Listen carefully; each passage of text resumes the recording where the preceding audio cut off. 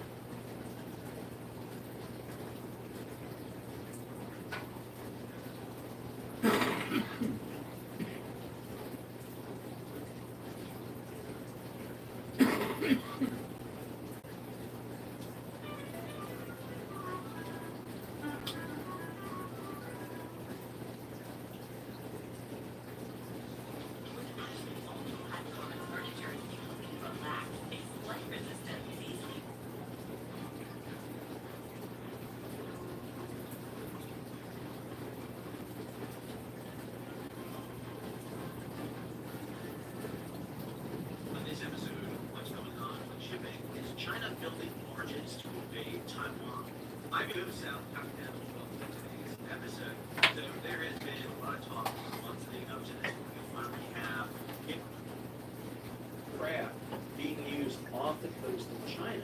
And there is a lot of conjecture that these craft are designed to assist China should they decide to invade Taiwan. However, I've seen a lot of things that are comparing these to the World War II Mulberry Forts built by the British and the Americans for use during the D-Day invasion of Normandy. What I want to do is take a look at these barges, see how they can be used in a modern joint logistics over the shore, JLOTS operation, and what we know and what we don't know about them. If you're new to the channel, hey, take a moment, subscribe to the channel, and hit the bell so you learn about new videos as they come out.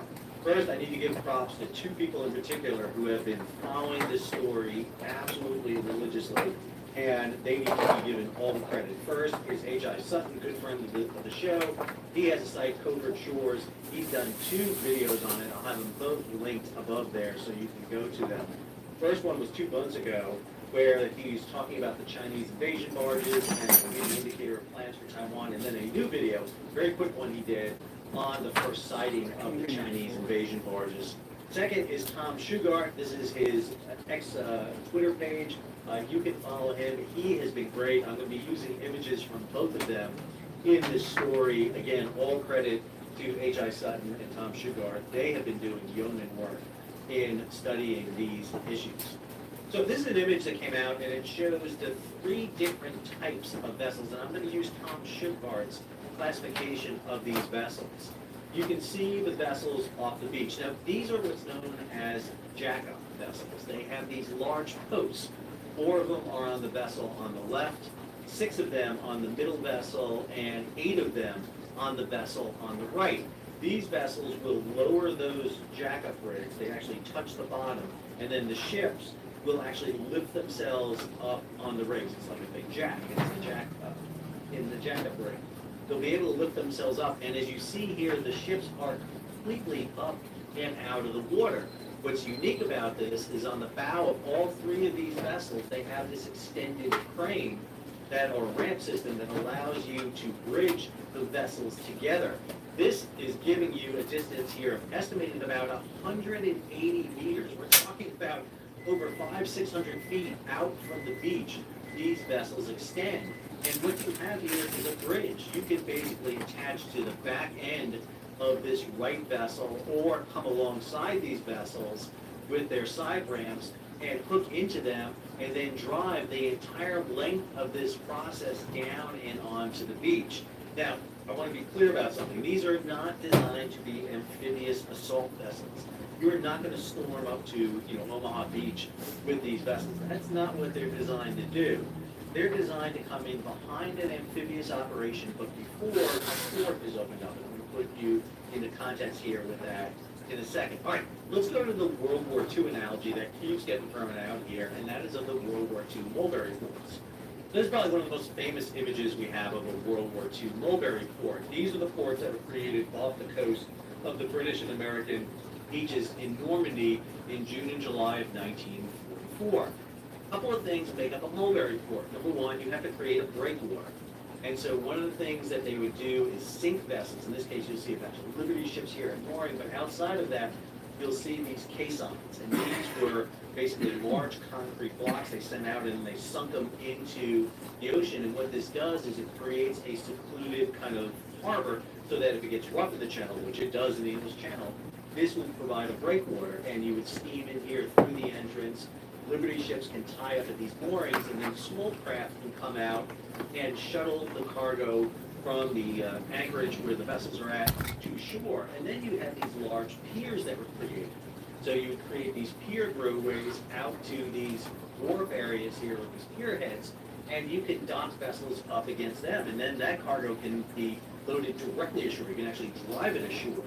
And then you have places where you can bring your amphibious craft, tank landing ships, tank landing craft, you name it. You can bring in landing ship tanks, all the different variety of methods. And this was designed for throughput. This was designed for the period after Tom Hanks lands in Saving Private Ryan until you open up the major ports, Cherbourg, Antwerp, Marseille, Toulon, all the major ports. You still need ports, but this was seen as an interim. Now, these ports are so good that they became one of the major supplies for the Allied armies for long after it was expected to. That was largely because Antwerp was not open as early as they thought, and they were not able to open up some of the Atlantic Channel ports because of the German fortifications from them, plus the destruction at Cherbourg, and a whole variety of reasons. But this is the World War II analogy. Fast forward to the modern day, we have this image of a Marine Expeditionary Unit, a battalion-sized task force loaded on board 3 U.S. Navy vessels that make up what's called an amphibious ready group. So you'll have a big deck LHA or LHD, you'll have an LPD, and you'll have an LSD. And a Marine amphibious group is great to land a battalion-sized task force on the beach. What it's not good to do is offload anything else. They can offload these 3 ships, but that's largely it. LCAC's landing craft air cushion, these are the hovercraft that they actually go into the interior, into the well deck of a ship, come off their cushion, load, and then back on cushion and back out. You can't pull an LCAC alongside a ship. It's like if you ever play air knock hockey. It floats on a cushion of air. That doesn't work that way. You can't do that. You can't come up alongside a ship when you're blowing air out through the side. What you need are these, the LCUs. These are the motorized barges, basically the modern version of an LCM or an LSM is what you need. But you can pull those along cargo ships, but you need a lot of them. So the Marine Amphibious Group is designed to kind of be your commandos, it's your Marine, your shock troops. Go ashore, seize an area, clear out an area using both amphibious assault and helicopter, or in this case B-22s, vertical assault, and you grab your area. These next charts I pulled from a joint. Switching time surfaces can be rapid and drop. At H&R Block, switching to us couldn't be quicker or easier with our drag and drop feature. Whether you're switching from TurboTax or a different service, just drag, drop, go. H&R Block, make the switch in less than 2 minutes.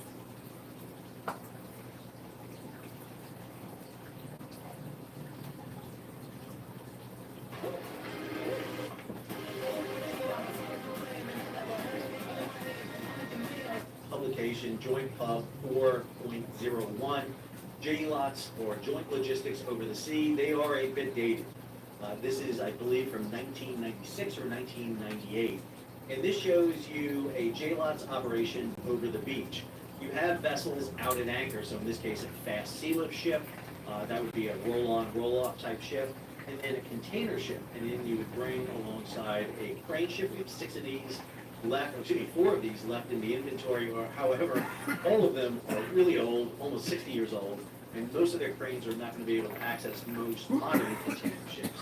But what you see here is that bridge between ships at anchor and the shoreline, and what you need are connectors. Connectors are watercraft, either Navy or Army watercraft.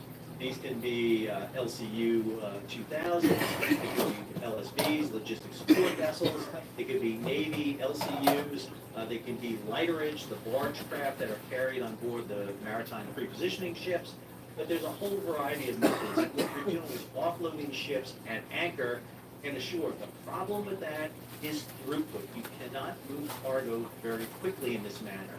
You load your connector, that connector goes to the shore, it offloads, and it comes back out.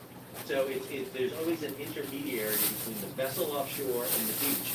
It's just a very slow process.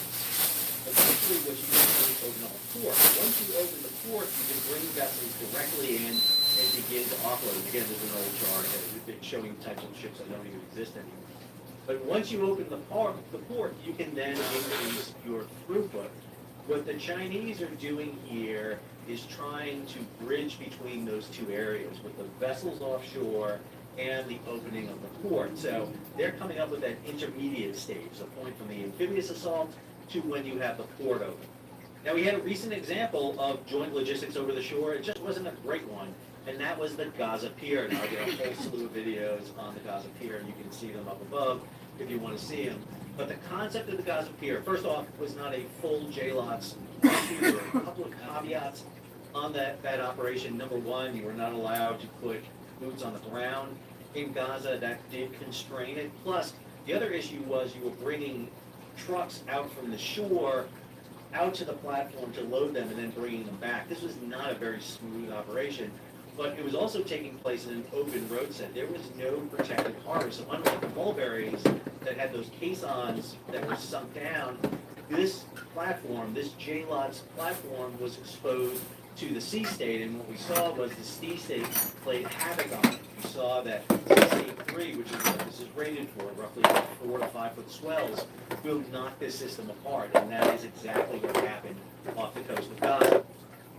The Chinese are masters at studying past issues, and they have studied examples of the United States doing amphibious and over-the-shore logistics extensively. And what we've seen them doing is mastering how to do that. So here's an example of a Chinese amphibious exercise with civilian shipping. This comes from Covert Shores. This is August 31st, 2022. A couple of things to note here. Here you have a commercial vessel at anchor, and then here you have a civilian ferry. It has a helipad on board with stern ramps, and what you see is armored vehicles coming off the ferry. They're actually driving around. You can see them kind of blown up here. They're heading out over to the merchant ship. They can come alongside, they can load, and then they're heading ashore to the beach. So it's important to note that when the Chinese build commercial craft, especially for themselves, maybe fly from China and operate in China, they build them to a much higher standard, a military standard. So for example, here is a Chinese ferry that's being built. What makes the Chinese ferry very unique is that it has provisions for a helipad on it. It has strengthened decks, meaning that they're not just designed to carry cars, but they're designed to carry tanks and armored personnel carriers, and all the military equipment associated with them, which means that the Chinese commercial fleet has a military role to them. Now, the Navy War College has extensively looked at this. They have an entire series on Chinese reports, what they call the Chinese Maritime Reports. And if you look at them, number 25 in particular, look at Chinese fairy tales, the Chinese use of civilian shipping in military activities. There's a series of these, and again, I'll have a link over to this entire series over at the Navy War College. All right, that takes us over to the new barges. Now, this is an image again by H.I. Sutton over at Shores, showing what he believed to be the operation of one of these jack-up rigs that they're building, these landing barges, and how they would marry up with the ferry. So what we've seen is something a little bit different than what is portrayed in this image.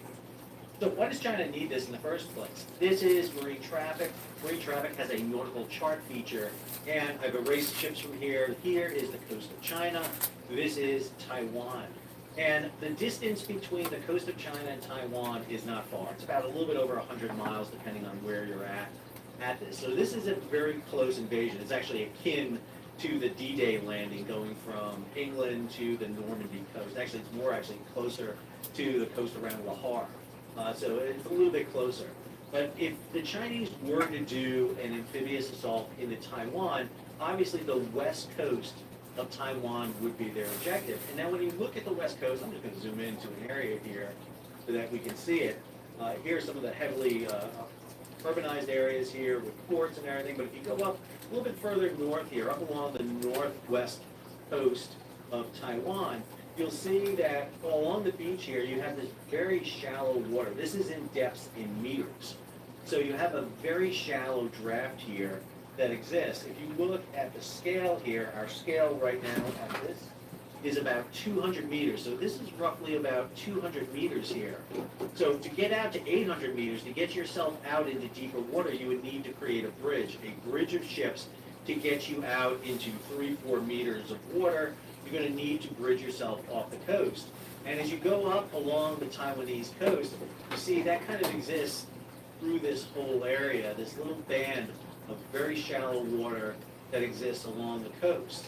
And then you see these ports that are intermingled here in the area. So if you're the Chinese and you want to conduct this landing on Taiwan, you can use your amphibious forces. China has an amphibious force. They're building ships akin to our maritime and amphibious ready groups. They have about 4 big deck helicopter ships. They have 8 to 12 of the larger platform vessels, the LPD, LSDs, along with a fleet of much smaller craft, so that the Chinese can stage it. The problem is going to be until they can seize one of these ports along the west coast of Taiwan to bring in their follow-on, and that's where these barges, these invasion barges, play a role. So these images come from Tom Sugar, and Tom has been absolutely fantastic in using commercial satellite technology to monitor Chinese shipbuilding. It has been fantastic to follow him and watch. You really need to follow him. Just an amazing amount of information comes out. This image alone captures 7 of those landing type barges, and Tom characterizes them down into 3 types. The first one here, the type 2, he calls them LPTs, kind of landing platforms. This is the first type, what he calls the type 2. And he makes a couple of key notes here. Number 1, you will see that they have a pilot house and bridge up forward, meaning they're not really barges, but they're self-propelled. So they're actually ships. They have 4 legs to stand on. The legs are estimated about 25-meter pilings here. And then this long ramp. This is the ramp that will extend out over the bow of the vessel here. Now, what's interesting about LPT-2 is it's very wide. It has a wide platform in here. And I think that has to do with the fact that this is going to be the module that's closest to the beach. It's the one that's going to put it.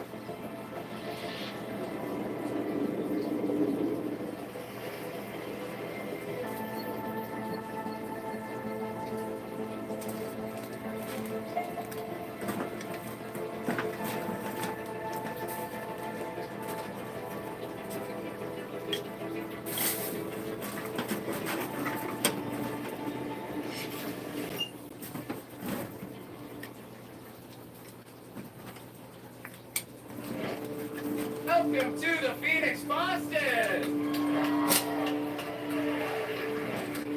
I think about how many people are in this building today, and I think of how many people need this building, and the only way we're gonna get to them is if everybody who's here goes out. It's ramped down on the beach.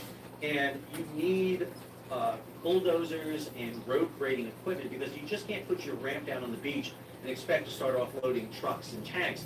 They're going to get bogged down in the beach. A lot of times when you do a JLOTS over the shore, joint logistics over the shore, you have to prepare the beach. You have to pack the sand, move material to create an off-ramp off the ramp, off the ramp of the lead vessel. So what I would imagine on LPT number 2 here, Type 2, they would have bulldozers, road grading equipment, and other vehicles that would have to be the first off the vessel to help prepare the ramp so that when follow-on equipment come off, they're ready to move on. Next you have what he calls LPT-1, and this is the intermediate unit. This is the unit that comes in right behind LPT-2, and the reason you can tell this, number one, is it has 6 of these legs. These are 50-meter pilings, so these are much taller pilings. These are meant to get you out into deeper water and create that bridge. Again, you have a pilot house and bridge. You have a radar on board. Here you have that crane or that lattice rig here so that you can pull this whole ramp down on it. And then what's interesting is on the port and starboard side and on the stern, you have transfer ramps. You have ramps that you can lower down so that you can bring ships alongside or marry up to another vessel from behind. So this unit is actually the intermediate unit that will bridge with those ferries or commercial vessels that would be coming in. And then finally, this is LPT-3, a much larger vessel. Here we see 8 jack-up pilings. They're measured at about 50 meters, so about the same size as we saw on LPT-1. Again, radar and pilot house bridge up forward. Interesting to note, this has a extremely large stern ramp to come down.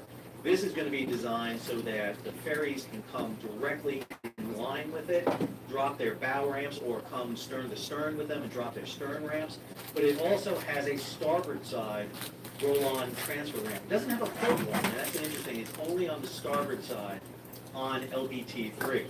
So that gets us back to that initial image. I want to show you just a couple of things that I noted that I haven't seen mentioned. So you'll see the 3 types here. Here's that type 2, that very smaller one. It's not small in terms of size. It's a big ship. But a couple of things that you note. Number one, it's got those 4 legs on it, so it's the least amount of legs. Also, the shortest legs. We know they're about 25 meters. Notice here the boot topping, the difference in color between the bottom of the ship versus the top of the ship. Very shallow draft.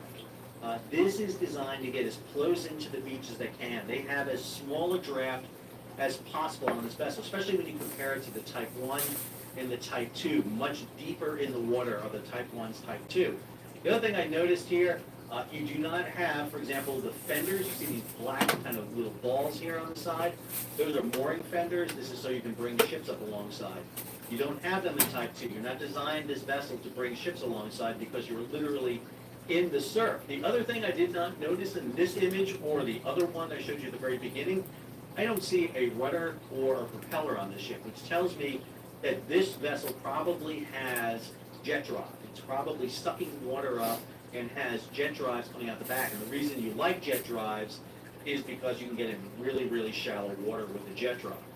And you can move this in. You can literally beach this vessel, come in full bore, beach this vessel, lift it up on its legs, and now you have that bridge across. And in this case, if the water was too shallow to get a Type 1 in, you can bring in another Type 2. And remember, as I said, you extend this ramp out into the beach area, you can offload your tractors, your beach gradient, your road developing areas, so that you can make your access off the beach onto the highway and the road system that exists in Taiwan. Because what this is going to do for you is create a land bridge. Let's keep going down and we'll talk about the land bridge here in a second. Type 1, 6 pilings, again, 50-meter pilings. Notice how much higher these pilings are versus the pilings off Type 2. That indicates that the Type 2 pilings are much shorter. So here you have the pilings. The vessel is completely up and out of the water. It is dried. It's like an elevated causeway system. This ship is up out of the water. You can barely, and I did a very big zoom in on this, notice a rudder and potentially propellers on these. So I think they have propellers, maybe shrouded propellers, but they do have propellers on them. This Type 1 has the ability to bring ships alongside both the port and starboard side. You can see the ramps here. Notice that there's no port side ramp on the Type 3. So you can bring in vessels. You would have to have deep enough water to bring them in. You would probably also need tugs of some kind to assist so that the vessels that are brought in don't broach into the surf here. And then your Type 3 is an even bigger platform further out. It is larger so that you can bring ships in, tie them up alongside, and then offload them. And again, you have that massive stern ramp here off the Type 3. And the reason this system is different than this system, this is the U.S. intermediate system. This system requires you to offload into connectors and then drive them ashore, offload them, and then bring it back. So you're always stopping and going. In this system, you're marrying your ship to this network and you're driving your vehicles off as fast as you can. It can take you an hour to offload an entire vessel. If you look at how fast car carriers are offloaded in ports, those car carriers, depending on personnel, you need to get drivers, you're always cycling drivers, but you can offload car carriers in just a few hours. If you have a military vessel, a ferry with tanks, armored personnel carriers, logistics trucks, air defense elements, you can get them off. So you can offload vessels very fast, which means that the window to knock this out is very small, which is another problem. A lot of people are looking at that and saying, oh, we can knock that out with a ship sink, laser-guided missile, with tomahawks, with all these elements. Understand, you can't sink these things. They're up on the jacks. They're up out of the water. So you're going to have to physically destroy the system to knock it out. Plus, you're not going to have just one of these. We talked about, Tom photographed 7 different types of these. So they can have multiple of these. They could have potentially up to 2, if not 3 of them. Plus, they can extend out even longer. Plus, they're modular. Once they offload a few vessels, they can, raise their legs up, pull back out, and then establish them somewhere else. They may not be in the same spot the next day or later on. So even if you get a satellite image of them, no telling how long they're going to be there. This is a very fast system. It is much different than the World War II Mulberry system, which took days to set up. I mean, this was a long, intensive days to set up. You had to drag the mulberries and the caissons and all the vessels across. This took a long time. That system designed by the Chinese will take a very short period of time to get set up. I don't have any commercial reason why the Chinese would put a system like that in place. There really isn't a commercial application to do that unless you're talking about going to islands that you want to develop that don't have pier facilities. That's the only other reason. Now, will they use it against Taiwan? I don't know. They may use it against some other islands out in the area, maybe in the South China Sea, maybe some islands that Taiwan has that are off the coast of China, maybe some islands that China has disputes with in Japan. There's no telling it's definitely going to be used against Taiwan. However, that is an interesting logistics setup that the Chinese have set up. They're going to be able to move a lot of cargo very quickly onto the beach, and the word here is throughput. You have to get throughput. Marine expeditionary units don't give you a lot of throughput. You can offload that marine battalion, but you don't have a lot of throughput to offload a commercial vessel. And we, the United States, have gutted our ability to do this. We've gotten rid of the maritime pre-positioning ships. The Marine Corps squadrons are basically all gone. The Army has removed their float pre-positioning force, and particularly their port opening packages. Army watercraft are in shambles. They had a bad showing, obviously, with the Gaza Pier. It is in not good shape. But meanwhile, the Chinese are showing how to do it. Now, will it be effective? I don't know. But it's something that needs to be planned. If we were thinking that it's going to take China so long to build up on Taiwan because they have to open up a port, this tells you they don't need to open up a port. They can bridge that until they can get the port, and they can bring in a lot of equipment very quickly. They can expand their lodgement from just a beachhead into a major holding. And this could be done in Taiwan, it could be done on small islands, it could be done almost anywhere. That is an interesting development, and just piques my interest as someone who has studied both civilian and military logistics.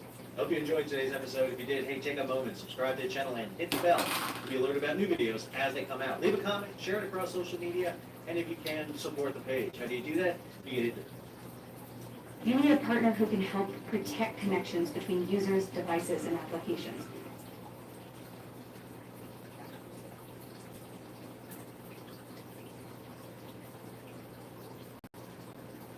With one dose, you can watch those dead fleas fall right off. Teach fleas a lesson with Capstar. So you think you know Wix, but do you really? First up, we've got Shake Video Mask.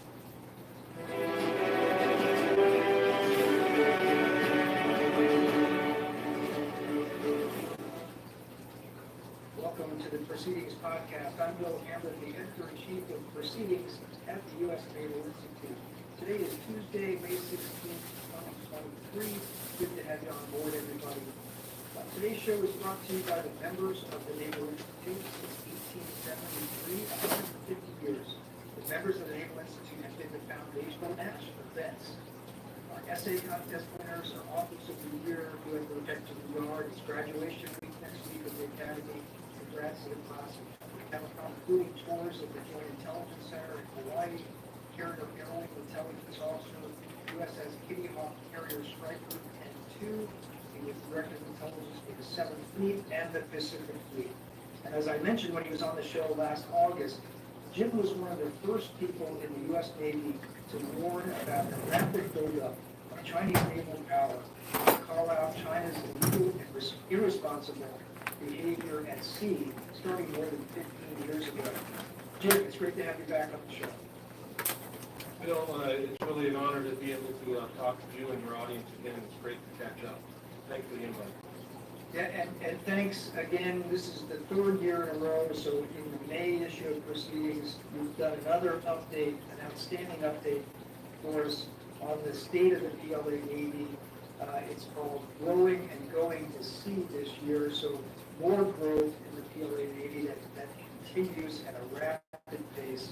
And you've got some slides, as you did last year, of course, you've got some slides in the presentation. So you're like the best guest we have, because I sort of turn it over to you.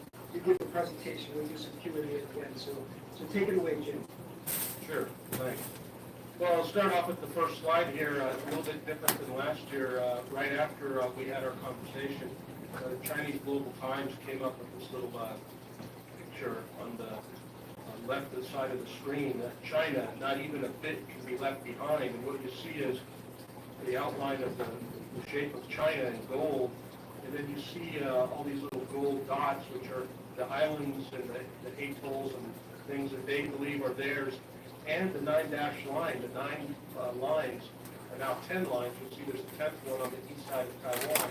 And essentially, it's kind of a real statement in the wake of the speaker's visit and the big exercise that they had in August of that year. So it just kind of gives you a sense of the totality of China's approach to things, which is their belief and their strategic goal of this great rejuvenation, which Xi kind of rolled out publicly in 2013. It's a continuation of the previous PLA leaders, but Xi's broke with the hide and bind strategy that Deng brought in, and he feels confident enough to be able to do that. So they're working on that.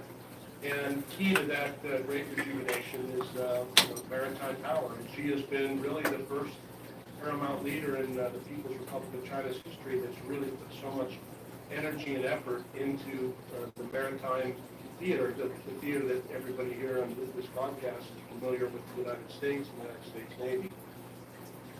And so one way to measure how a nation's committed to those kind of things that they say that they're interested in is to see what they actually spend their money on.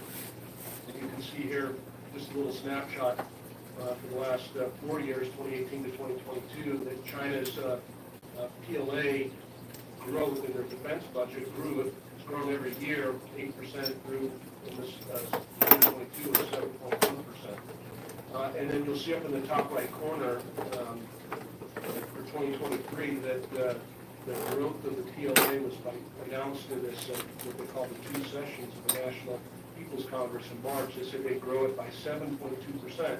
That's despite their overall GDP growth is 5%. So once again, a continuation of every year, PLA growth and spending, they get more dollars or RMB than the rest of the country in terms of the growth of the budget. And that's been continuous for many, many years. And you'll see that right now it's estimated that for 2023, China will spend about $250 billion on that defense department. And we know that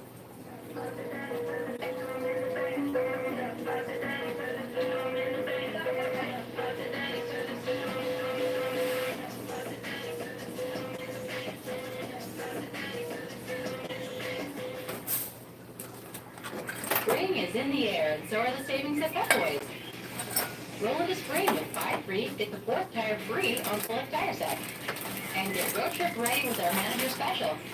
Save $50 with coupon on a full synthetic oil change, tire rotation, and wiper blade replacements. Need a deal on brakes? Save up to $100 on select brake service packages with coupons. Don't wait, make an appointment online today. And trust Pep Boys to keep you moving. they don't claim everything like research and development, and they don't take into account purchasing power parity, so that number is much larger. And we'll see it reflected in things like this, which talk about, you know, how many platforms the PRC is putting out each year, and the cumulative total. And you can see here in this graphic that over the last 22 years, China really starting around 2010, really started to take off in the number of platforms, the battle force platforms that they built. And then this year in 2022, you'll see that they've produced 10 platforms. One Type 75 LHA, 3 Type 055 Ren high-class cruisers, 4 Luoyang 3 destroyers, 1 frigate, and then 1 Yuan SSP. 10 platforms, about 110,000 tons, which is a little bit less than they had last year when they commissioned 22 platforms. But again, it's still, even though it's smaller than 2022, it's still greater than anybody else in the region and around the world. So China's the number one producer of warships and submarines on the planet, has been so for over 5 years or after 5 years. I'd say you can challenge that a little bit more if you went out. But so the point is made, China's putting out a large number of warships, and these are capable warships that enable China to achieve their goals and their dreams. I would point out that the 110,000 tons is roughly about 1/3 of the entire size of the French Navy, one of the reference point. And in 1 year, China produced the size of one-third the size of the French Navy. And that's why you have people like Tom Schubert at CNAS that are continuing to estimate that the Chinese PLA Navy growth is going to continue to grow. And I think that's a good estimate. You can see that reflected in this blue line on the graphic as we head out from 2023 into the out years. It continues to look like that's the priorities that the PRC and the Chinese Communist Party have for their budget. And we've seen that reflected in platforms like this, like their 3rd aircraft carrier, the Fujian, which we talked about last time. It was launched last June, and here they are by April of this year, already out and about doing power and mooring drills.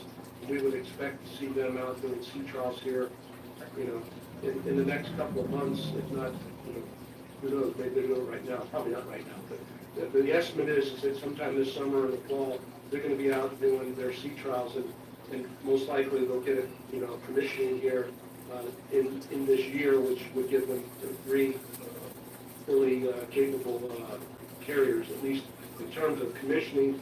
The Shandong and Liaoning, the Liaoning and Shandong, the first 2, are assessed to be operationally capable for the PLA at this point. And this graphic here, this is from the Chinese Global Times, but I think it just kind of puts into perspective there the 3 carriers that China has.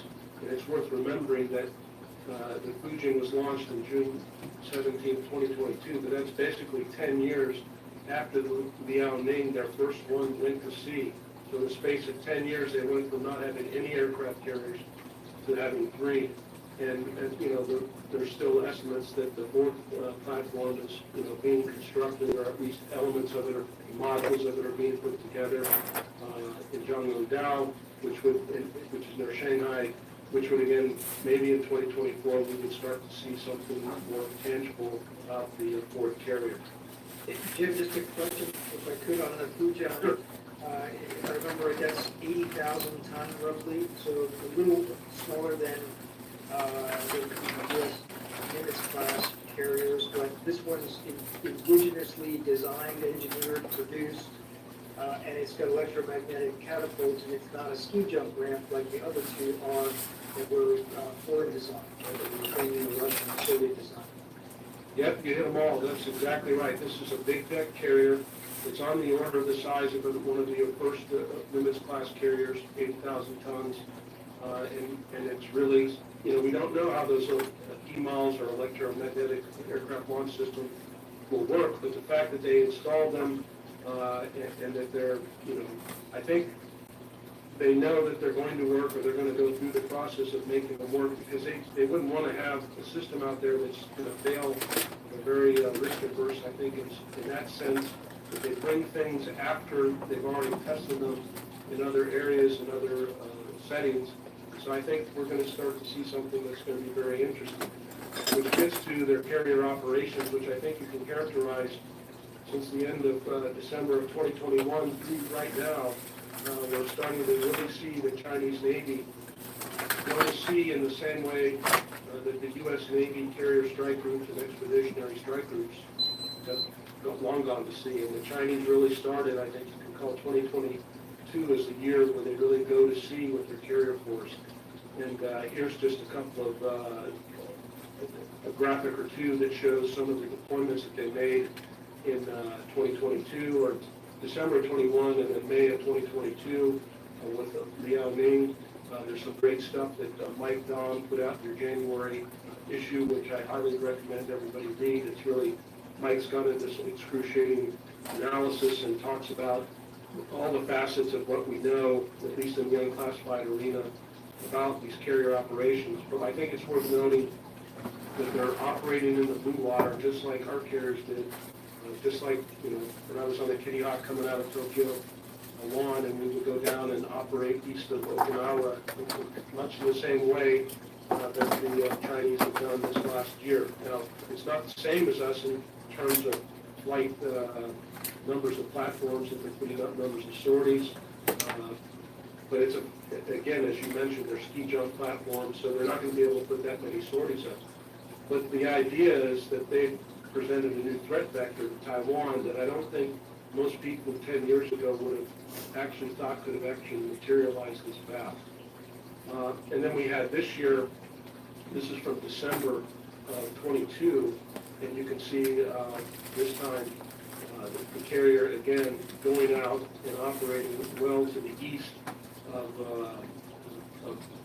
Taiwan and actually real close to Guam. So this is the Liao Ning again. She was out operating, you can see close up north towards Honshu and then down towards Guam. But these are really sustained blue water operations. They're not out there for multiple weeks, but they're out there for a couple of weeks. They're flying, they're operating, and they're learning. And I think this is really the key. And for their own kind of self-protection, they're operating under a strategic rocket force kind of umbrella.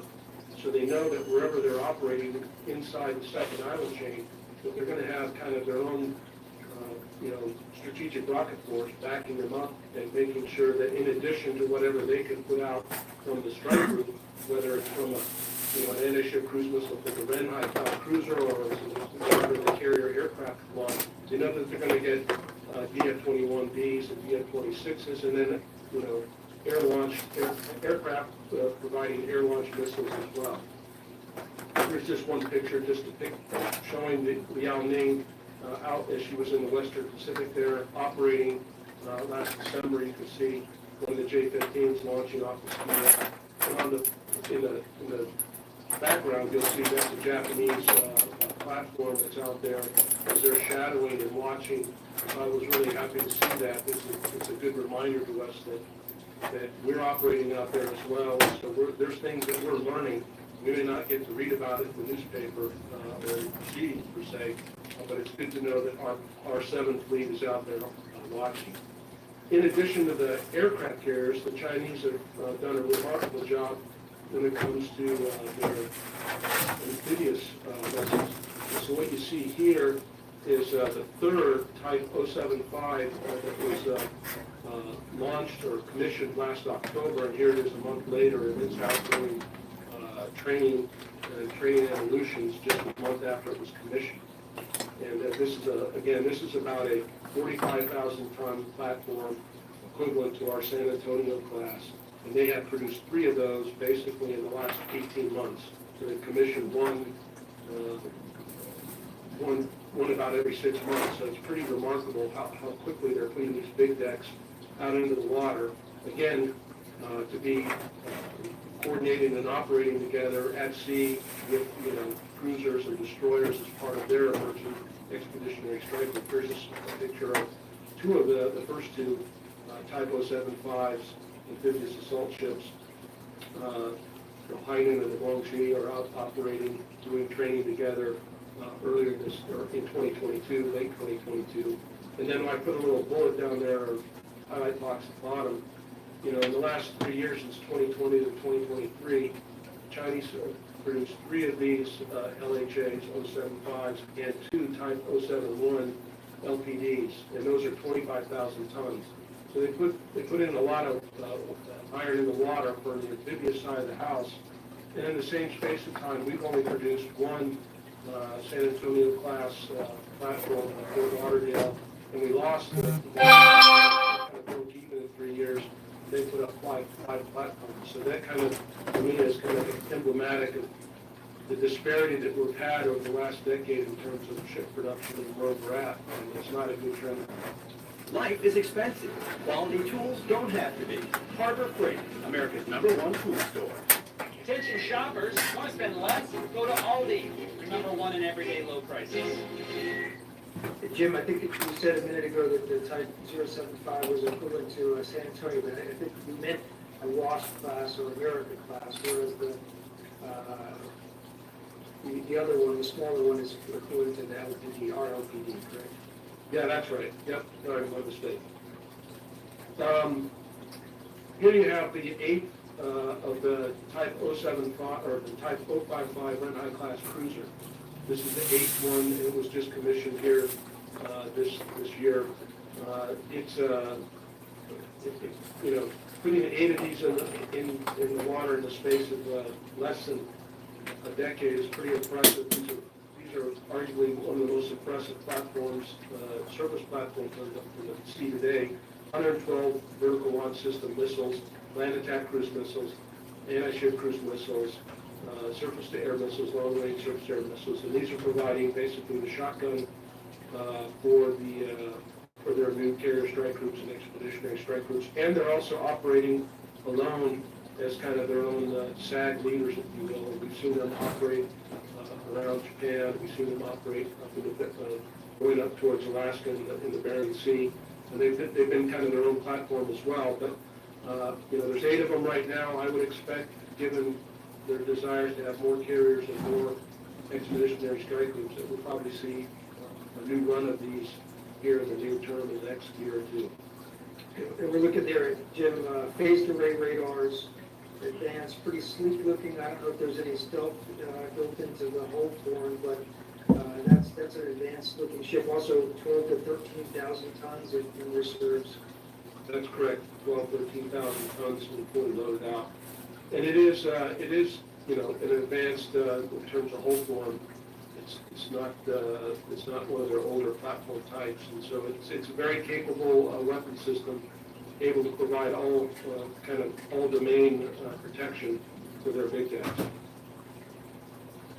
I put this slide in just to remind folks that sometimes we talk about our understanding of what the Chinese are doing, and this is from the Chinese website, but we've got 2 Type 052 Delta destroyers. These are the Luyang 3 DDGs. And we thought, I think the conventional wisdom was that last year or the year before that we wouldn't see these anymore. They've got over 28 of them. And so now we're seeing, it looks like another run of the Luyang 3 DDG, which is to say that I think they're going to continue to expand these kind of strike group platforms that they need to be able to operate multiple carrier strike groups and multiple expeditionary strike groups simultaneously. A couple other things that the Chinese have been doing with their Navy in terms of just kind of platforms and production, expanding their naval or their submarine bases. Here is Puladao up in the Bohai. And on the right side of the graphic, you'll see two orange squares. Those are two construction halls that over the last 3 or 4 years have been completed.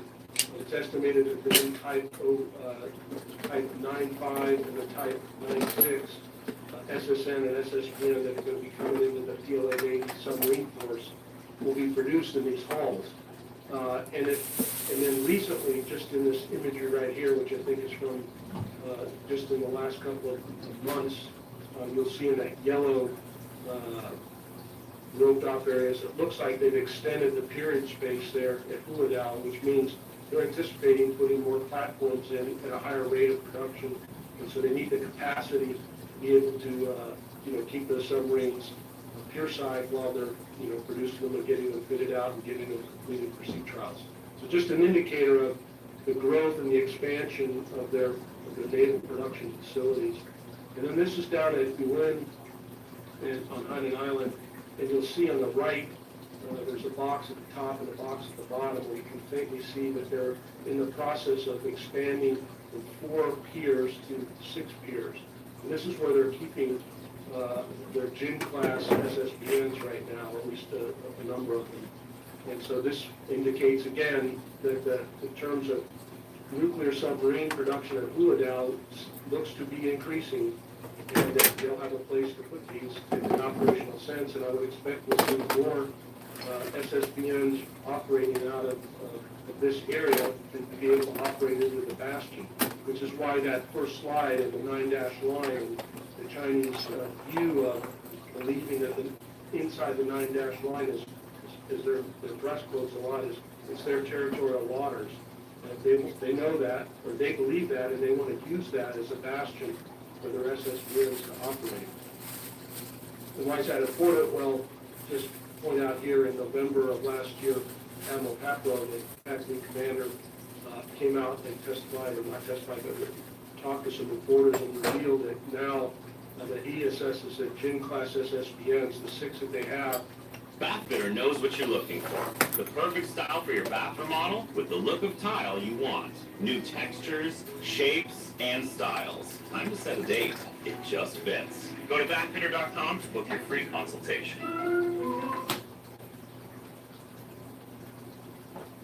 Want to take the next step with Entivio? Then it's time to talk to your healthcare provider. With Entivio, you may be able to pay as little as $5 per dose. Plus, our team can help connect you with additional support programs. Entivio, Entivio, Entivio.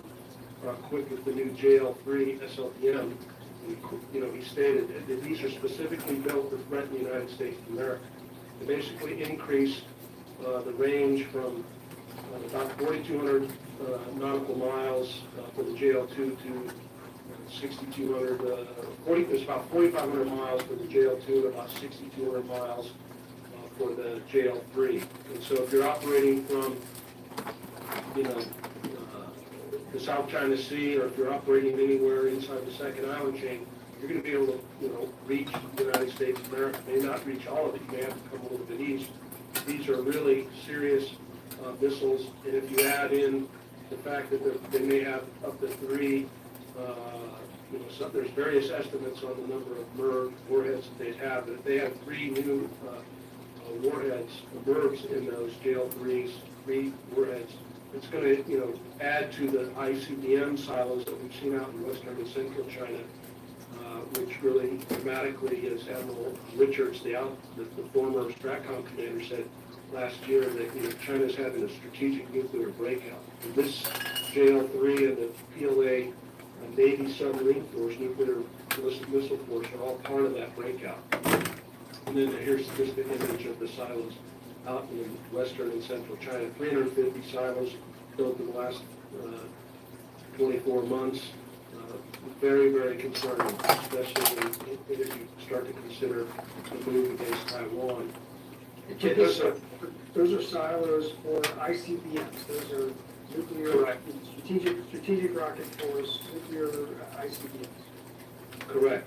That's the assessment from at least the experts at the Federation of American Scientists and all that I can read. Now, there's some debate on whether they're fielded or not, but I tended to lean more towards when they build something that they're ready to use it. And if you go back a decade or 12 years ago and you look at some of the studies that Phil Carver did, when he was at Georgetown with his undergraduates and graduate students talking about the great underwall of China,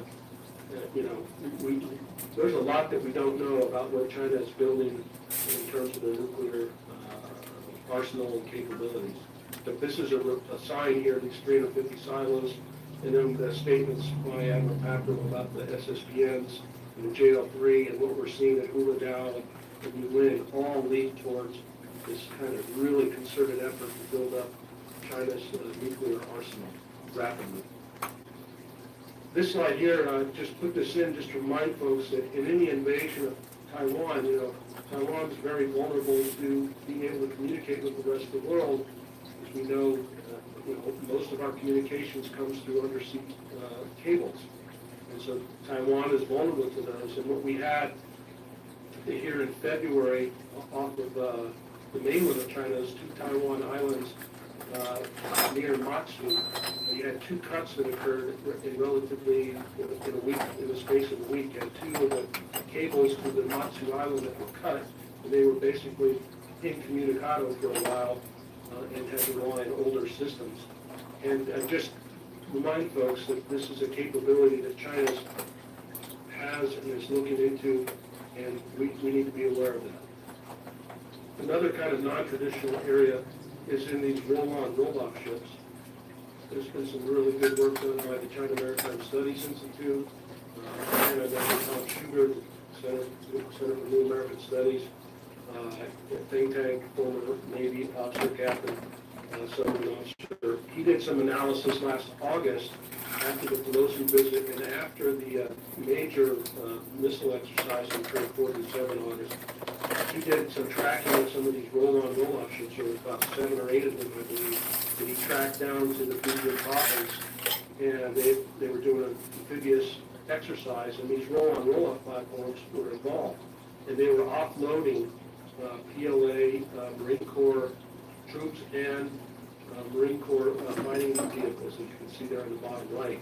These vessels are, I think, basically they have room for cargo to go in, wheeled vehicles, enough to basically, with Tom's estimate, about 1.6 miles worth of vehicle space inside one of these platforms. And so, he saw 8 of them. Who knows how many more there are? We saw them coming from one location. But we have to consider that each one of these provinces that butts up along the eastern seaboard of China has something similar or has similar tasking to provide civilian roll-on, roll-off platforms that would help with any kind of invasion of Taiwan, which resulted into their doctrine of people's war. That's just another example of the main battle tank and how it could come off a roll-on, roll-off ship. So many times we talk about, well, we're going to have to, the PLA doesn't have enough lift to conduct an amphibious invasion of Taiwan. We can debate that, but what we can't debate is that the PRC and the PLA's strategy is to take a major Taiwan port and focus their efforts into taking one of those ports. And you can roll in with these kind of platforms.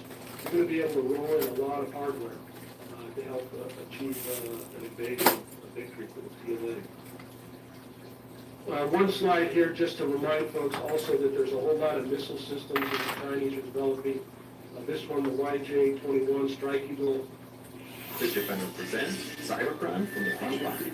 In this episode, $55 billion in counting. The FBI says criminals use business email compromise to steal that much from organizations around the world. Watch this episode for my words. What we're launching here in 2025 is basically to replace what we have been selling for the last 20 years. Going more for the trades, we're taking a lot of their feedback on how we can improve and make it more user-friendly. We're not one that's just gonna push a product because we wanna sell it. We wanna make it actually feasible for the customer and make like their daily lives better. We're actually selling a solution.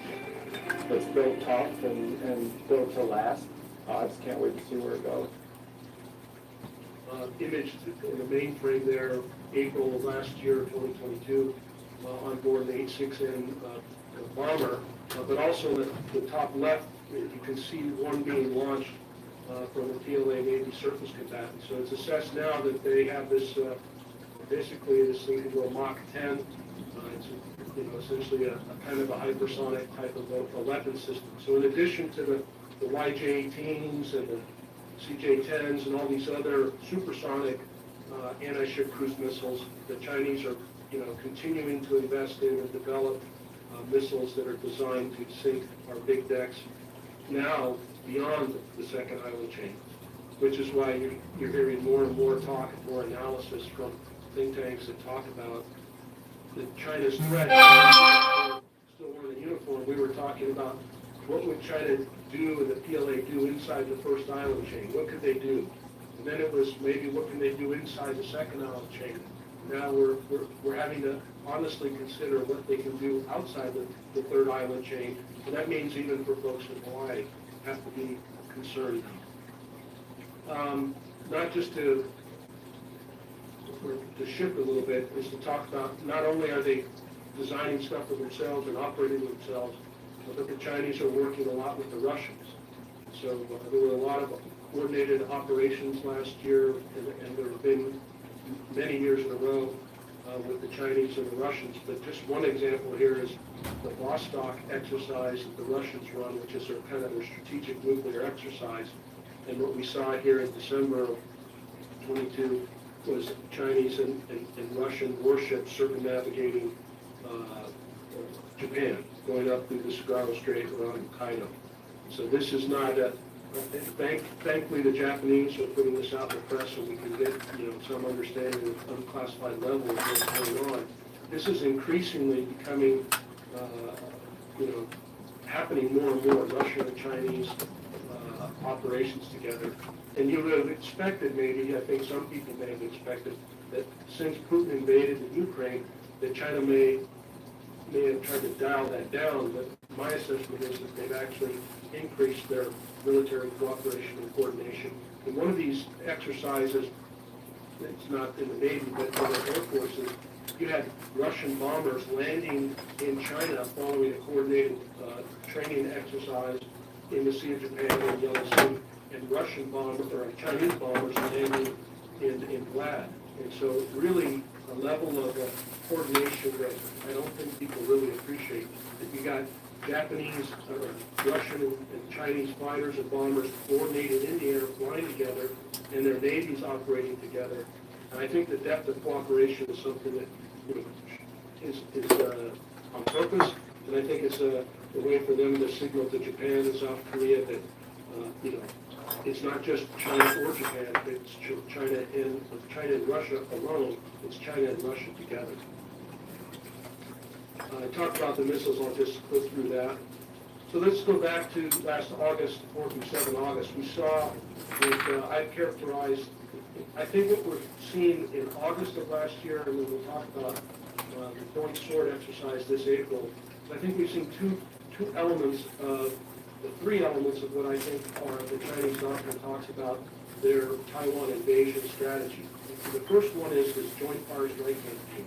And so you had 11 ballistic missiles that were fired at Taiwan in that exercise period. You can see that they bracketed, they surrounded Taiwan. They had, for the first time ever, J-20 aircraft approaching. And then on a daily basis, they had 13, 14 PLA Navy combatants surrounding Taiwan, operating in the strait, east of the center line, and also east of Taiwan proper. So that's what we saw, and again, I characterize that exercise last August as the first phase of the Joint Fire Strike Campaign.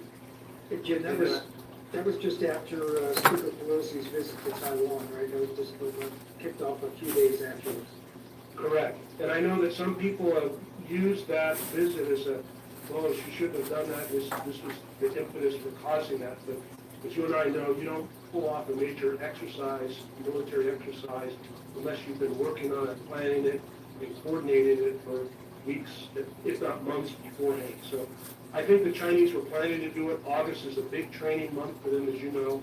And so this was something that they were going to find some reason to have an excuse to pull this off, because they're on a timeline, and we'll get to that later, but they need to have kind of this culmination event to be able to, I think, assure Xi that they're capable of the elements, the major building blocks of an invasion. So they did this in August. It really shattered the conventional wisdom about, you know, the relationship between China and Taiwan in terms of military demarcation. So you have this Taiwan Strait, the median line. It's not an official median line, but as Pete Pedroso at the Navy War College wrote up this last year, and towards the end of 22, he did some analysis. And basically, from the inception of that median line in 1954 until the 2020, there had only been 4 incursions by PLA aircraft across the center, 4 in basically 60 years, or a little over 60 years, or 50 years. And this is what you see just between 2 and 21 August of last year. Multiple, I think there was over 40 incursions just in that space of those few days. And then this is another graphic that kind of shows compilation of the whole year, but they break out that there was over 400, I think, crossings for 2022, which really just puts into perspective the dramatic increase and the changed norm of what's happening between Taiwan and the PRC, and how the noose is just getting tighter and tighter, and it's really ramped up. And, Jim, a question on that, if you will, does the Taiwan military feel obligated to respond to every one of those incursions? In other words, is this prompting a reaction, a sortie from the Taiwan side that will grind them down over time? This is probably a significant increase in op tempo, right? Yeah, and I was in Taiwan in 2018 and 2019. I think it was in 2019, Admiral Blair had written an op-ed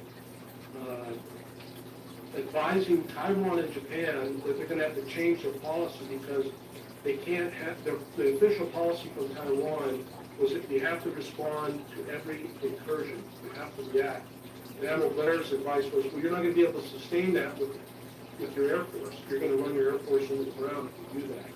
And so I'm not sure where Taiwan's reactions are right now. I think it's their official policy that they have to respond, but it's becoming problematic, which is why the sale of these and getting these F-16s into Taiwan is really needed. Even then, even with the 60 or so F-16s that they're authorized to be sold to them, they're still going to be in a serious catch-up, because the Chinese just have a bigger Air Force, and they're just going to try to run them into the ground. But the centerline crossings, I think, are the ones that are really, you can see a lot down here in the southwest of China around Pratas Island. It's where predominantly most of the incursions occur, but you'll see that a lot did occur in the middle of this Taiwan Strait in the northern area. So the Chinese are probing everywhere, and I think it's becoming harder and harder for Taiwan to defend themselves alone with just a reaction force or a response package that says, I have to respond to every one. With USPS Ground Advantage, it's like you're with us every step of the way.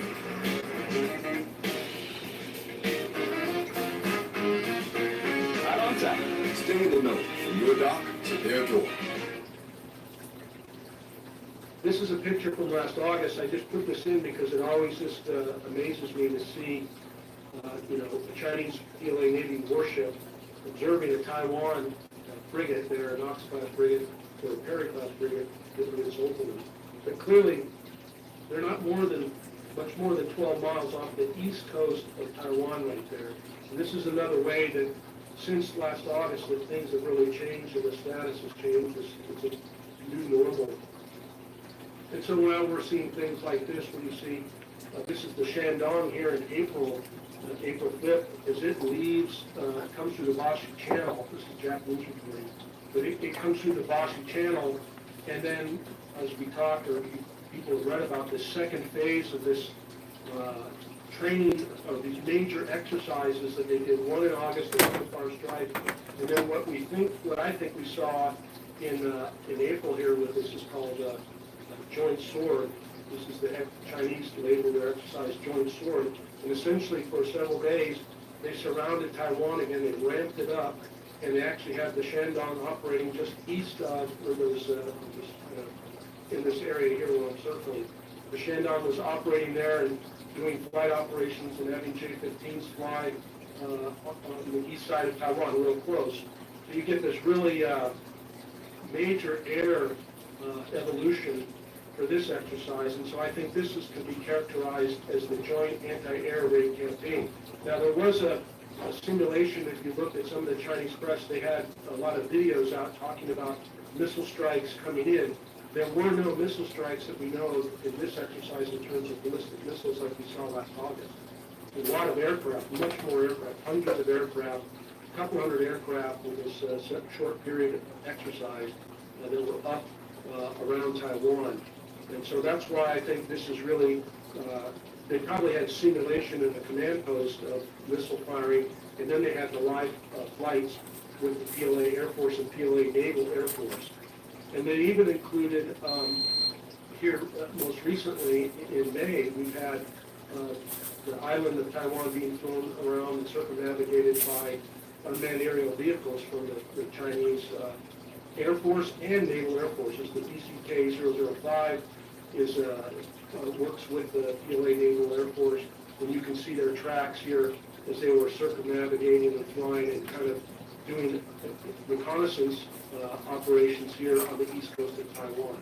So if you've got a carrier theoretically out here, and your carrier's operating, and the carrier needs to get targeting data for the east coast that strike Suao or Hualien or whatever, these UAVs are going to be able to provide that long-term as well. So it's clear that Chinese have gone to school on our tactics in terms of having ISR up and be able to provide that to their forces that would be targeting the east coast of Taiwan.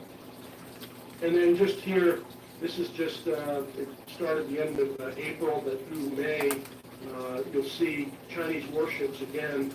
I think there's a 3-ship SAG led by a Renhai-class cruiser, went through the Tsushima Strait, through the La Perouse, and then down to the east coast of Honshu, and then around to Iwo Jima. While this is all happening, you have Japanese Prime Minister Kishida going to Korea. You have Japanese putting in PAC-3s down in the lower Ryukyus. You have the Reagan out right about now that's going to be doing Sea Charles down in Iwata. So you have a lot of things going on. And what I like to tell people is, we talk about this increased operations that surround Taiwan that we've noticed over the last 3 years really increasing. And now we're starting to see the Chinese expand another circle around the Japanese. They couldn't do that 10, 15, 20 years ago because they didn't have the Navy, they didn't have the platforms. Now they have the ability to do kind of both. They can pressurize Taiwan on a daily basis and then also extend operations around Japan. Now, this is not to say that they could go toe-to-toe with the Japanese in a naval conflict in the Sea of Japan necessarily, but it's an indicator of where the Chinese are thinking and where they want to go. And as they continue to grow their Navy, it's just going to get greater and greater. So I think this is my last slide, talking about I used it last time, this decade of concern, but we know that the Chinese military has been ordered as early as 2020 to have the capability to take Taiwan. And we think that, the latest that they could use military force to take Taiwan would be around 2030, 2035, and then they'd want everybody to come to Beijing in 2049 to have this big grand ceremony to celebrate the Great Rejuvenation. I have been, for the last 10 years, given this slide. I gave it when I was still in uniform. And I was pretty sure it would be much later in the decade, 2030. Over the last, I'd say 12, 20 months, I'm really worried, like some of these other leaders that have spoken out during the last 2 years, that this PLA may be thinking that they can make a move here by mid-decade, 2025, something before our presidential election, or around our presidential election, but before that inauguration. There's going to be an election for president in Taiwan in January of 2024, and then our election in the fall. And given the weather patterns and the time of year, it's very likely that in the fall of 2024 we can see something. I don't like to be alarmist, and maybe I am in some sense. People have watched me speak, but it just seems to me that with the statements from Admiral Davidson and CNO, from Admiral Aquilino, from Admiral Papro, from Admiral Richards, from this General Minahan, it just seems to be, in the concerns expressed in Japan and their efforts to increase their defense spending, it just seems that there's a lot of evidence to suggest that China is, at least militarily, thinking that they can do this. And I think that should concern us all. And I'll stop there and look for questions. Jim, that was great. What a fully encompassing brief on what's happening with the PLA, particularly the Navy buildup that continues. We just have time really for one question. Today, you didn't just see your Guido. You saw every resident. But hey, at least your shape is smooth. Schick Hydrosilk has 5 curve sensing blades that follow your body, even your knee. They're smooth, and they're Schick Hydrosilk.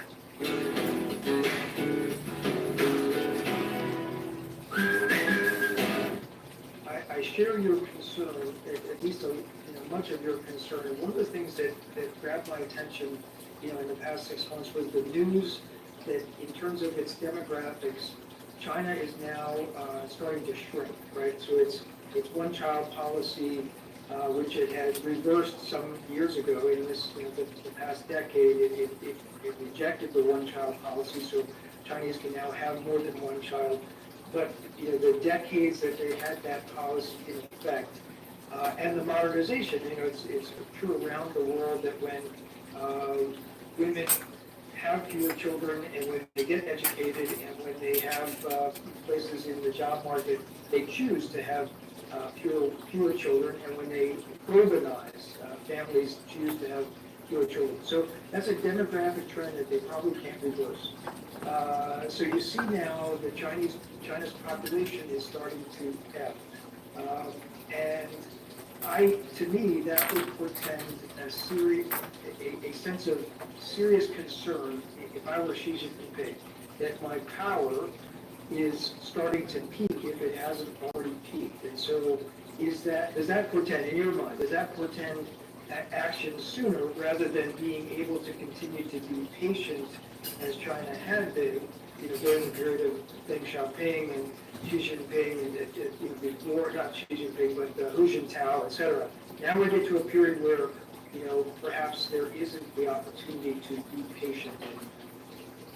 Yeah, I think that's exactly a factor, that we don't know exactly how they'll respond to that, because we know that the one-child policy that was for over 30 years created, as they call these little princes, this little idea that every family had one child, and that child was so precious to them that they wouldn't want to risk their lives. So that some people look at it that way and say, because of this, it's maybe a deterrent to take action, because there's less people that would be willing to sacrifice and lay down their life for the country. On the other hand, as you've explained, the party itself could look at this and say, hey, if we don't move now, we may not have the ability to muster the forces that we have today, and that are growing. I didn't mention that the Chinese here, for their naval anniversary, 1974, they came out and they put out a video here, about an hour-long video. You can mess up the title. Blue Sea, basically, that they're going to see, they're going to be out there, and they had a lot of stuff about their carrier aviation program. And then there was a number of articles that came out talking about how they're really ramping up PLA Navy carriers, pilots, and air crew. So it seems like they've got a big pool. They're at 1.2, 1.4 billion people. There's been some new estimates saying that their actual census numbers were off, and they're actually smaller than total people.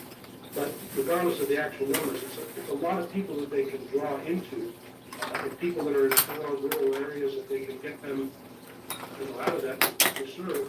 We're seeing that reflected. So I think those demographic issues can cut both ways, but my read on it is this would be another reason why the party would say, we need to go now. Another one is food security. We're seeing a lot of talk about food security in China over the last 6 months. And she's on a big swing, checking up on food security. That just established a new food security police element, if you will. So there's aging, ageism, people are getting older, one-child policy, food security, energy access. There are a lot of things that are coming to be crisis, and so the legitimacy of the party rests upon being able to bring those services and goods and prosperity to the people of China, but it also rests upon this idea that they want to be whole and respected from this abuse of the century of humiliation that they feel that they've suffered from the hands of the West and Japan. So it seems like it's coming to a culmination point, and this time period in the next, I'd say, 12 to 24 months is going to be very critical. I want to ask one other real quick question, because you talked about shipbuilding and the growth of the strategic rocket forces and all the different classes of ships, including aircraft carriers, et cetera. There was one point on one of your slides that just was about unmanned aerial vehicles, as part of that encircling the ISR around either east of Taiwan. What are the Chinese doing in terms of unmanned surface and unmanned underwater vehicles? Is that a major push for the PLA modernization, or are they lagging behind perhaps the West and the United States? I think they're working on it. They tell us they're working on it. We see platforms like Zhuhai and other places where they have unmanned surface vehicles, and we know about their talk over the last 5 years about an undersea wall and UUVs and things of that nature. Where are they in terms of being able to keep pace with us? I think they're behind when it comes to large diameter UUVs, given the work that we've been doing on that.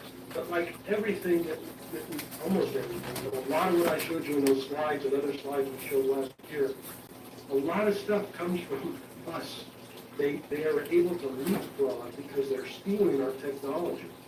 And so platforms that you saw on that screen today are basically stolen from the United States. And so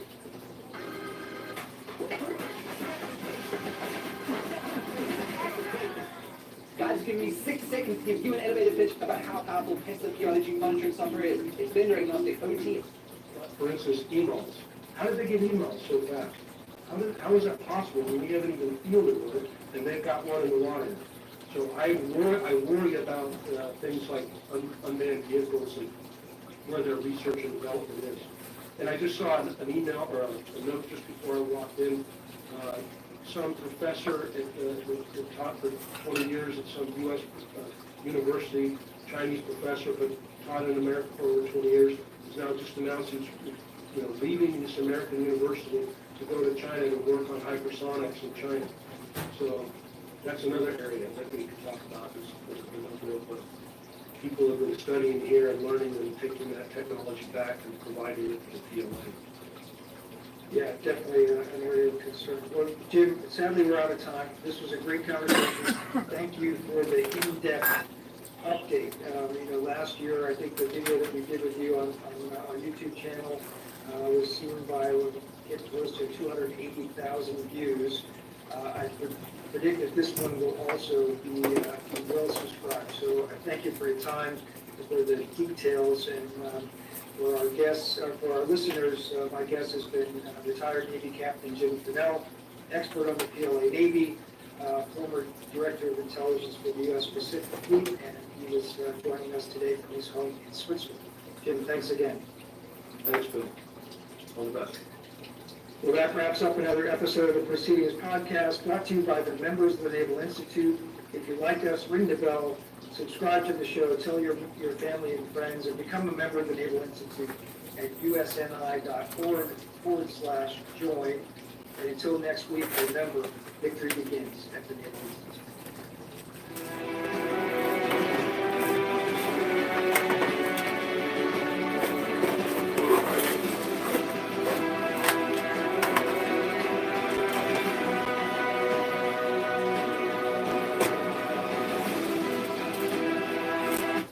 While you were enjoying the house all to yourself, your neighbor saw everything.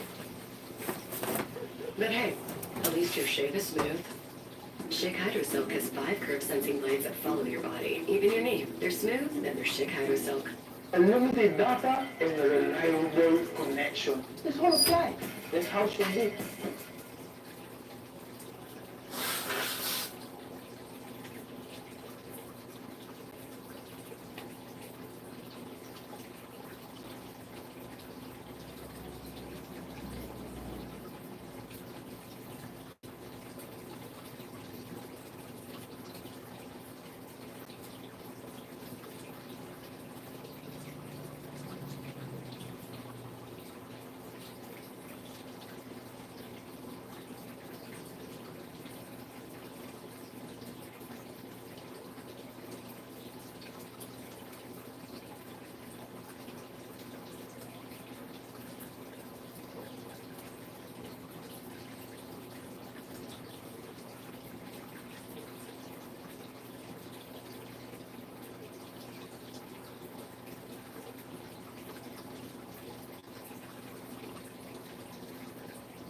Good afternoon, everybody, and welcome to the meeting, which is about the rivalry between China and the United States.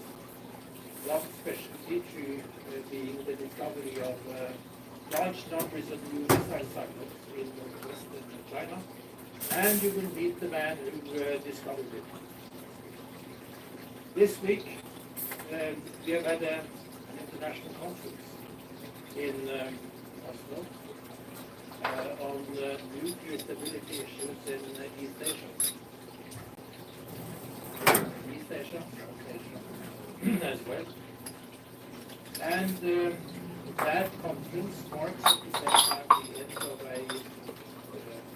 2-year project on the same issues, stability in East Asia, which has been going on for actually more than 2 years because of the pandemic.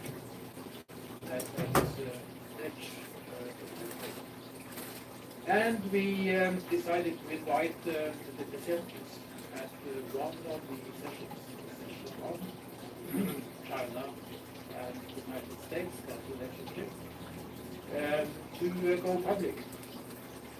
And there are 3 of them. Hans Christensen, already standing here, from the Federation of American Scientists, is known to specialists all over the world for his nuclear also for the coverage of nuclear force issues for the 60-year book. And for his many contributions, not only about nuclear forces, but also conflict and security issues in the He will make the main presentation, 25.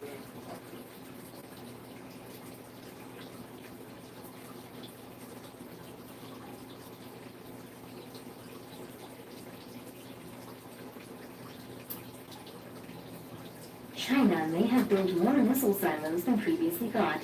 Here's what you need to know. The scale and speed of construction at possible missile silo fields in China suggests its government is putting significant resources into developing its nuclear capabilities, with a new Federation of American Scientists report increasing an estimate of the total number of new silos being built from the 229 described in a previous report to 300. The new report is careful to state that it is not certain what is in the silos, but says there is increased confidence that they are related to the People's Liberation Army Rocket Force's modernization program, and based on commercially available satellite images, it describes significant progress on construction since the earlier report in July. It also describes how China appears to be experimenting with different types of shelters at the 3 silo field sites near Yumen, Hami, and Ordos in north-central China. Before concluding that although China is currently still far behind the U.S. and Russia's total nuclear arsenal, the new silos could see China's total intercontinental ballistic missile force exceed that of either Russia and the United States in the foreseeable future. CNN describes these developments as a possible shift away from China's previous minimum deterrence policy. That policy means China keeps its nuclear arsenal at the minimum level necessary to deter an adversary from attacking, and has seen the Chinese develop just 1/10 of the nuclear weapons that Russia and the U.S. have, alongside a no first-use policy. Nicholas Burns, the Biden administration's nominee to be the U.S. ambassador to China, said last month that the Chinese are blasting past that definition, while Benjamin Friedman, policy director of Washington-based think tank Defense Priorities, said we shouldn't take the development of more missiles necessarily as a different approach on the Chinese part. It might just be that they think the same approach takes more weapons than it used to. For decades, China has operated around 20 silos for its liquid-fueled ICBMs, called the DF-5. Now it appears to be building 15 times more, possibly for housing its newest ICBM, the DF-41, according to the previous Federation of American Scientists report. Your online identity is more valuable than ever. If you're being impersonated online, or if you need help to monitor the creation of fake profiles, Hack.com can help. Trusted by more than 36,000 clients, featured in major publications, praised by US law enforcement, Hack.com provides account recovery, eSIM provisioning, VPN and password manager setup, impersonation help, dark web monitoring, security audits, and digital legacy planning. Learn more at Hacks.com. Hey guys. So tell me, why is this something that you're passionate about? I've lost a few friends to addiction. We're following some sad news from the music world. EDM star Avicii has died. Avicii, whose real name was Tim Burling, was 20.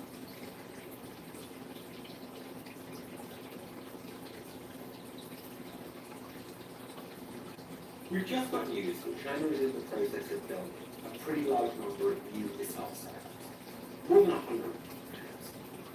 And I think this is going to spark a lot of worst-case analysis along the following lines. China's building more than 100 silos. Each one of these can be loaded with a new missile, the DF-41, that can carry up to 10 warheads. And thus it could appear that China's going to expand its warhead arsenal from its existing number in the low 200s by over 1,000. I want to say 3 things.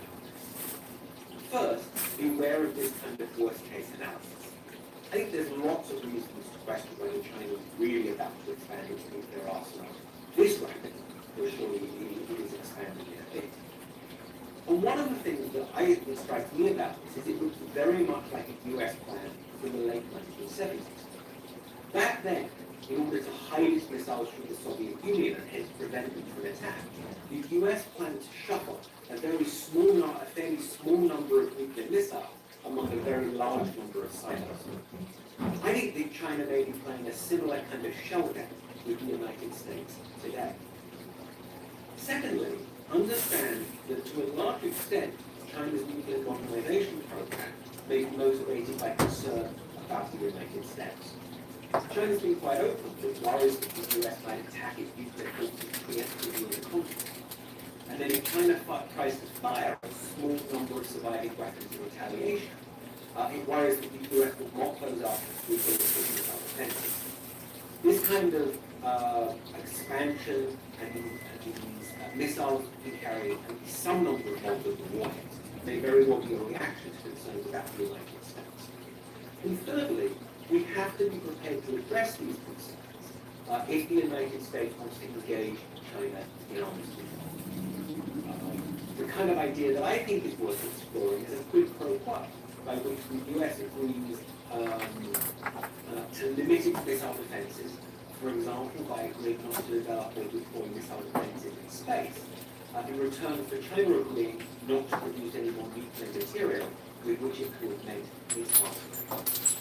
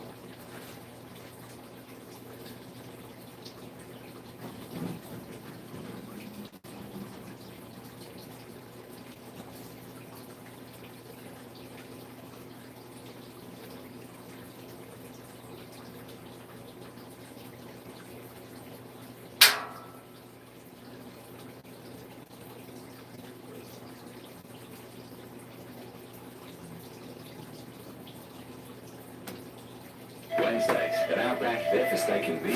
It's Walkabout Wednesday. Get a boldly seasoned and seared sirloin or chicken on the barbie, fries and a draft beer or Coca-Cola, starting at just $13.99. Hurry in. Wednesdays up at Outback Steakhouse. Stay on top of payments with one app. Pay or get paid. Split payments with a group.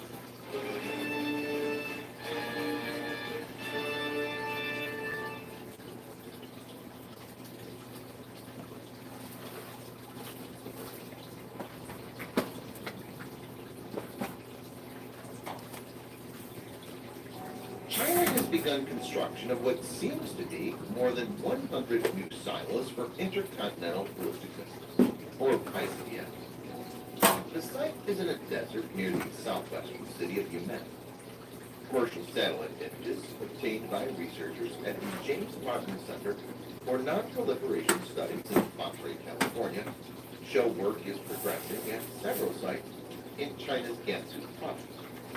As per the pictures, there are 119 nearly identical construction sites, and these sites have features that are identical to existing launch facilities for China's arsenal of nuclear-tipped ballistic missiles. This seems to be a major upgrade of Beijing's nuclear capability. In this video, Defense Update China's Archers, there are 119 nearly identical construction sites, and these sites have features that are identical to existing launch facilities for China's arsenal of nuclear-tipped ballistic missiles. This seems to be a major upgrade of Beijing's nuclear capability. In this video, Defense Updates analyzes why China seems poised to greatly expand its nuclear arsenal. Let's get into the details. This video is sponsored by War Thunder. If you are, like us, fascinated by military vehicles and technology, I recommend you give War Thunder a try. It's a military vehicle combat game, which you can download and play for free on PC, PlayStation 4, and Xbox One, with cross-platform support. It has a huge variety of more than 1,200 playable aircraft, tanks, helicopters, and ships from the 1930s to 1990s, which you can take to battle on land, in the air, and at sea on more than 80 theaters of war. War Thunder's been kind enough to offer all Defense Updates viewers a special bonus, which will grant you a free premium tank, aircraft, or ship, and 3 days of premium account time for registering, using our link in the description below. So take the plunge and join more than 20 million players from around the world.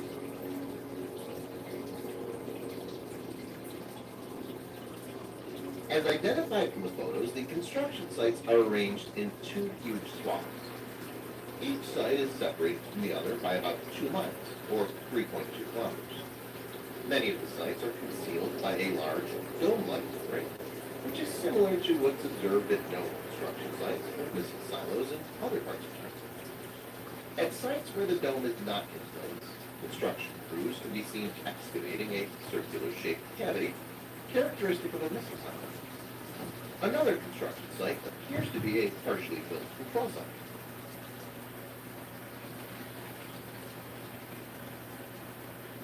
The People's Republic of China has developed and possesses weapons of mass destruction, including chemical and nuclear weapons.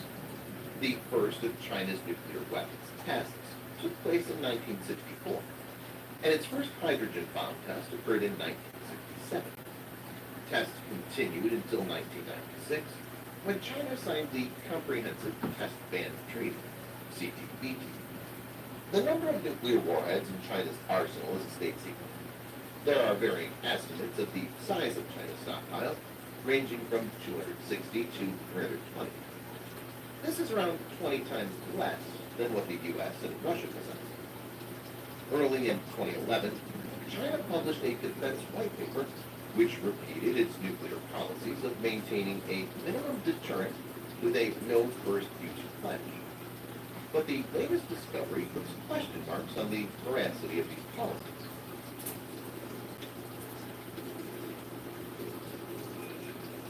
The nuclear deterrence of a country depends on the nuclear triad. A nuclear triad is the capability to launch nukes from land, air, and sea, and consists of land-launched nuclear missiles, strategic aircraft with nuclear bombs or missiles, and nuclear missile-armed submarines. China is one of the few countries, along with the U.S., Russia, India, and probably Israel, to have an operational nuclear triad at present. Chinese nuclear triad includes land-based ICBMs, like DF-41, deployed from silos and mobile launchers, aircraft carrying free-fall nuclear bombs, like Jian H-6s, and ballistic missile submarines, like Type 92 and Type 94, which are armed with JL-1 and JL-2 SLBM, submarine-launched ballistic missiles. This is the story of a company in Texas with a wire arc thermal spray application. They switched to Campbell after we helped them realize that they were dealing with undersized equipment. I had just completed a demo for another customer with our mobile Gold Series dust collector model. When I was leaving, I noticed an issue with the dust collector at a facility across the street. The unit was bypassing some dust out of the fan. I stopped in to make sure they were aware of this issue. They were not. As the maintenance manager and I walked around the side of the building to take a look, and told me he had just installed the 16 filter cartridge collector less than a month earlier. He already knew they were having problems with the suction and with too much hazardous smoke in their shop. And now, this new issue. All of these problems were causing production downtime, and he was worried it would cause additional issues with fines from TCEQ. When he noticed my trailer, he asked about the dust collector I was telling. So I told him, hey, let's go take a look. He was impressed with the modular construction, the build, the quality of the dirt streets. He was also impressed with our vertical cartridge filter design and how easy they are to change out. I think that's when he first considered it and switched to Campbell. He asked if I take a look at the existing dust collector they have on site and see if I had any suggestions. I explained that I typically start by looking at his process. Once in the shop, I immediately noticed the smell, the smoke, and haze up in the ceiling of the building.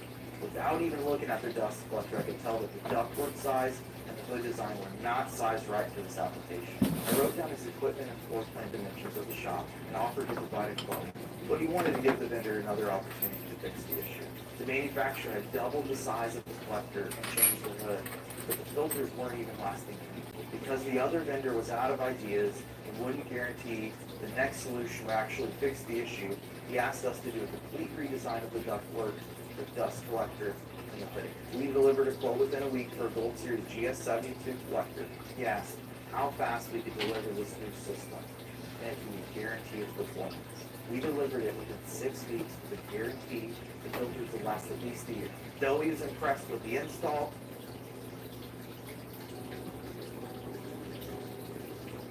Each of the three delivery options has their own pros and cons. Land-based ICBMs are relatively cheap, but can be taken out with preemptive strikes, especially the silo-based ones, as they're at a fixed location. Bombers carrying nukes are flexible, but are slow and vulnerable. Ballistic submarines armed with SLBM are least vulnerable, but very costly to build, operate, and maintain. Most of the Chinese nukes are currently deployed in land-based ICBMs. This is a stark contrast to how the U.S. operates. The 14 ballistic missile submarines of Ohio class together carry approximately 50% of the total U.S. active inventory of strategic thermonuclear warheads. The construction of new silos indicates that China will continue to traverse the same path, focusing on the land-based option.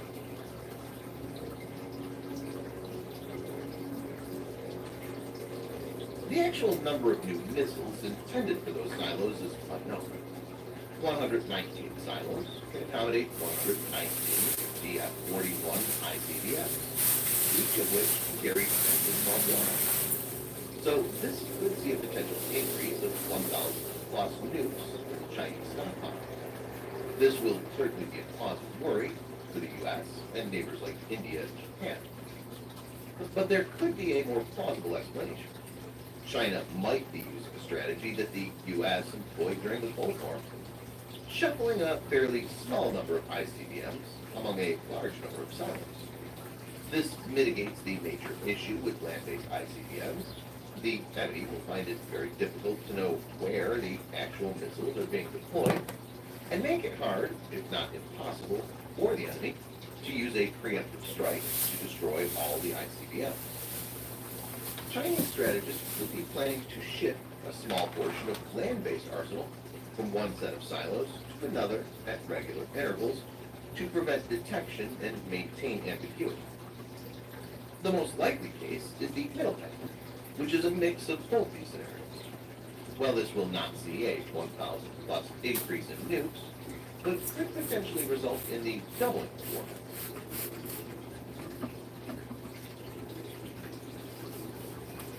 Beijing has resisted calls to join new arms control talks. This discovery follows recent warnings by Pentagon officials about rapid progress of China's nuclear capability. Admiral Charles Richard, who commands U.S. nuclear forces, said at a congressional hearing in April that a breathtaking expansion was underway in China, including an expanding arsenal of ICBMs and new mobile missile launchers that can be easily hidden from satellites.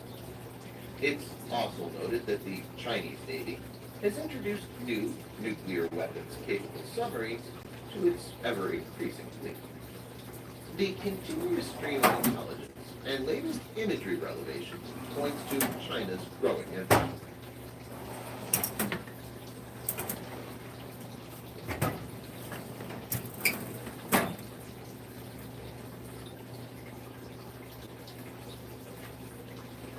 You know, customers should be bigger than 20% of your revenue. Yeah. Or else if you lose them, you're gonna have to lay off employees. You're probably gonna go into a burn. Yeah. This guy's 100%. Yeah, right. I mean, in 14 days, he could lose a business. This gross net worth $4 million a year. Right. Just because some executive doesn't like it. Yeah.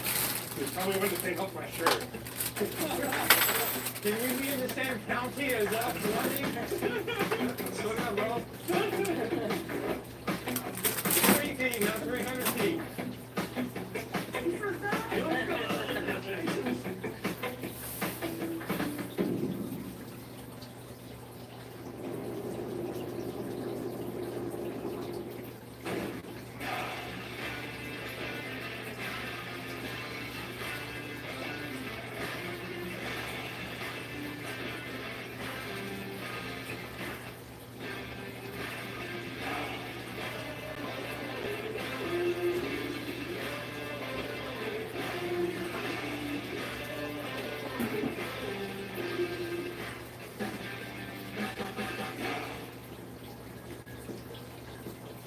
I think an interesting question you kind of brought up is, I think people would like to hear is if your business was booming in COVID or something, you got into COVID. Yeah. And now it's kind of trickled down because the market's kind of stabilized. Correct. People are more open to going outside. Yeah.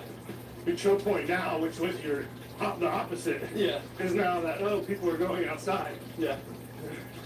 Yeah. Looking at, or, they're not staying in their homes, they're not Yeah. ordering a bunch of stuff. Yeah, your volume's down. Your volume's down from what it was in 2020. Yeah. Which again is not a solvable choke point, right? Yeah, right. I mean, just the way the market is, right? The market's gonna go where it's gonna go. Yeah. But I mean, I think defining a choke point is, this is what stopped my business from growing. Yeah. Okay. Not every problem you have is a choke point. True. And in this case, he's got two problems that I don't think are choke points. Number one is he's a builder. He loves the excitement, the thrill, and the danger of startup. And he's so bored. And the reason he's bored, is because he's got excellent systems and procedures. Yes, he does not need to show up at all. He shows up 3 days a week. Yeah. Not because he has to. Yeah. He's got an awesome corporate culture. Yeah. He's got keep the people in place. Yeah. They've been there for years. They're not going anywhere. They're not very expensive people. Yeah. But they consider themselves very well paid. And so Yes, they are. it's like, He does a great job with it. if he over-optimized the business, the only way he'd do that is by squeezing everybody's wages. Yeah. In a way that would really ruin the culture. Yeah. So, like, over-optimizing wages would create.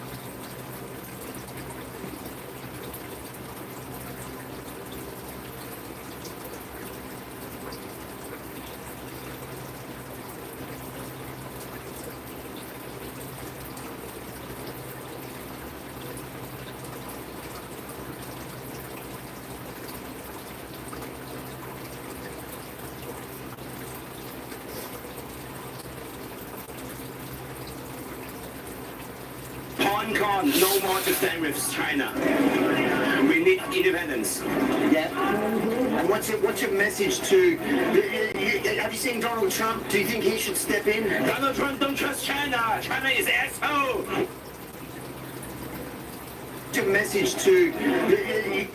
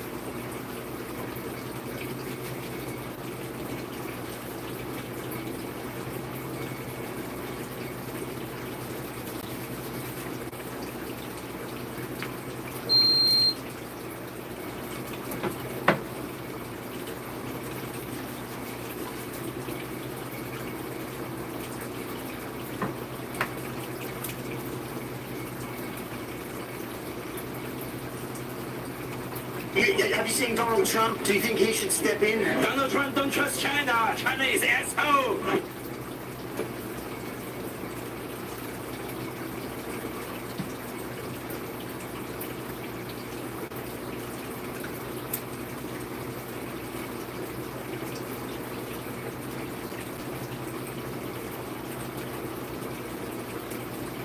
Seen Donald Trump? Do you think he should step in? Have you seen Donald Trump? Do you think he should step in? Message to